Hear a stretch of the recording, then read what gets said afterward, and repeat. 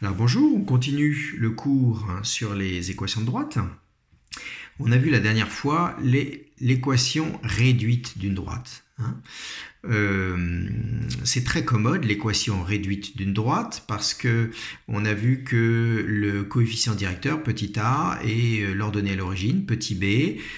Graphiquement, on voit très bien à quoi ils correspondent. Donc les deux coefficients de l'équation de la droite, on voit b il est là et petit a il est là.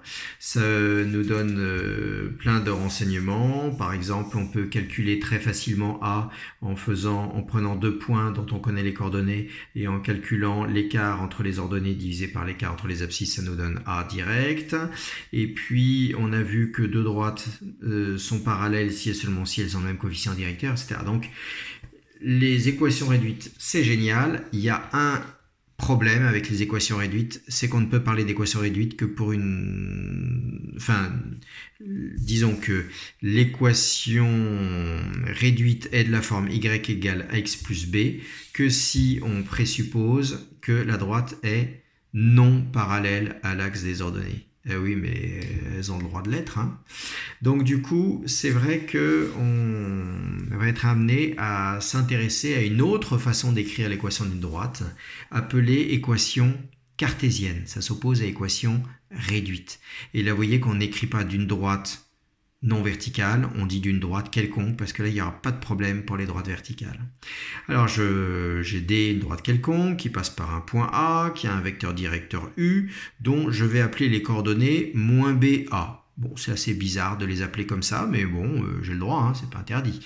J'aurais pu les appeler X et Y ou alpha et bêta, je décide de les appeler moins B et A. Bon, on va comprendre pourquoi plus tard. Alors, je pars comme l'autre jour, soit M un point quelconque du plan, eh bien M appartient à D équivaut à. Alors, eh bien, A appartient à la droite, M appartient à la droite, donc le vecteur AM, il doit être collinaire à qui? Eh bien, au vecteur U. Alors, quelles sont les coordonnées de AM? Eh bien, A pour coordonnées XA et XB, YA, pardon, XA, YA. M a pour coordonnées XY, c'est marqué là. Donc j'y vais, ça fait X moins XA et Y moins YA. Voilà pour les coordonnées de AM. Eh bien, il est collinaire à qui on a dit AU. A et U, quelles sont ses coordonnées? Moins B et A. Bon, vous n'oubliez pas que les coordonnées d'un vecteur, on les met en colonne. Bon, eh bien, très bien, moi la collinarité je connais notamment le critère de collinarité, x moins xa, y moins ya, là j'ai moins b, là j'ai a, et ça doit être égal à 0, puisqu'il y a collinarité, ce qui me donne, alors a fois x moins xa, moins b, ça fait plus b facteur de y moins ya, qui est égal à 0. Ce qui me donne ax plus by plus, alors, moins axa et moins bya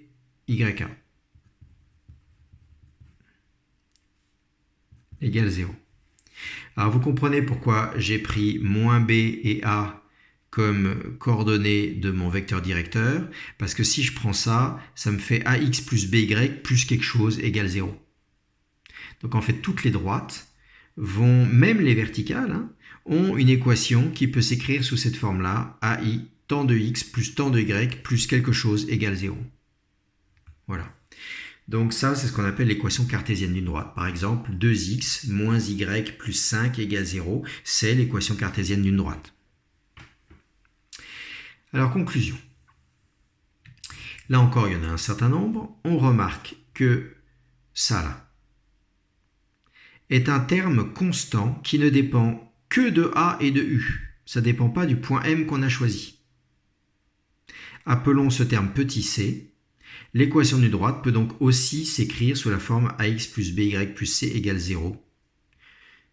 D'accord? Appelée équation cartésienne de la droite. Ok.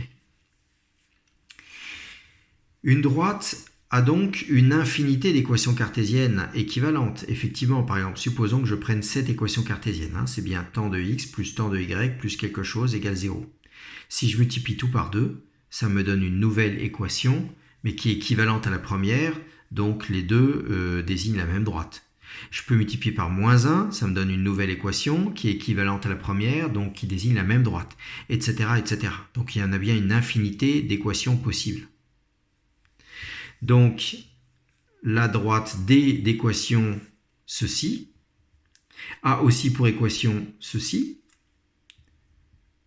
2x plus 4y moins 2 égale 0, et a aussi pour équation ceci, moins x moins 2y plus 1 égale 0. D'accord? Donc en fait, voilà, une droite a une infinité d'équations cartésiennes équivalentes. D'autre part, U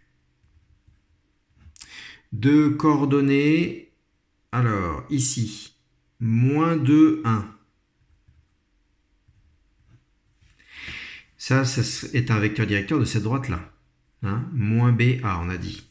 Vous vous rappelez, U a pour coordonnées moins BA, et le moins BA, on les retrouve ici. Le vecteur directeur de cette droite-là, ça va être moins 4, moins 2. Alors, je vais l'appeler V. Moins 4, moins 2. Moins 4, 2, pardon. Moins 4, 2. Moins BA. Et W, alors on va s'intéresser au vecteur directeur de ça. Alors, moins B, ça fait 2. A, ça fait moins 1. Est-ce que vous êtes d'accord que tous ces vecteurs-là, ils sont collinaires? Par exemple, V est égal à 2U. Et W est égal à moins U. Donc on n'est pas surpris. Voilà, ils sont des vecteurs directeurs de D. On continue les remarques. A et B ne peuvent être nuls en même temps, parce que sinon le vecteur U moins BA, ce serait le vecteur nul. Et le vecteur nul, il ne peut pas donner une direction.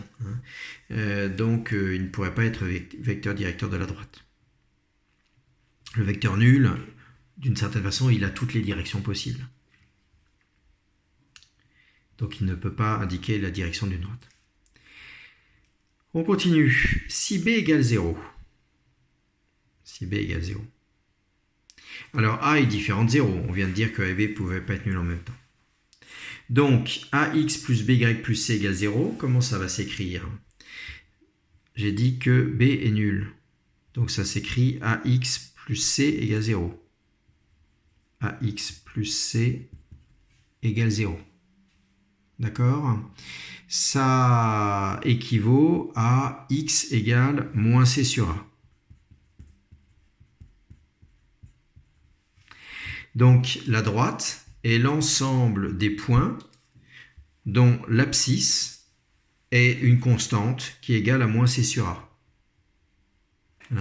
Donc l'ensemble des points d'abscisse moins C sur A.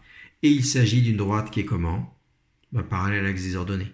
Alors je vais mettre vertical pour faire simple, mais si je voulais être rigoureux, je mettrais parallèle à l'axe des ordonnées. Maintenant, si A égale 0, alors qu'est-ce que je peux dire de B? Il est différent de 0. Donc AX plus BY plus C égale 0, ça équivaut à quoi? Alors on a dit que A était nul. Donc ça fait BY plus C égale 0, ce qui équivaut à Y égale moins C sur B. Ça veut donc dire que dans ce cas-là, la droite est l'ensemble des points d'ordonnées. Ça là, moins C sur B. L'ensemble des points qui ont la même ordonnée, qui est moins C sur B, c'est une droite qui est horizontale. Voilà. Eh bien, c'est tout pour les équations cartésiennes. Donc retenez bien qu'on a vu dans le cours et l'équation réduite, il n'y en a qu'une, donc c'est elle, l'équation réduite, et qu'on va parler de une équation cartésienne, puisqu'il y en a une infinité de possibles pour une droite. Donc les deux sont importants, c'est pour ça qu'on a vu les deux dans le cours, les deux vont nous être utiles, et dans les années à venir, vous allez être amené à manipuler les deux. Voilà. Eh bien, à bientôt.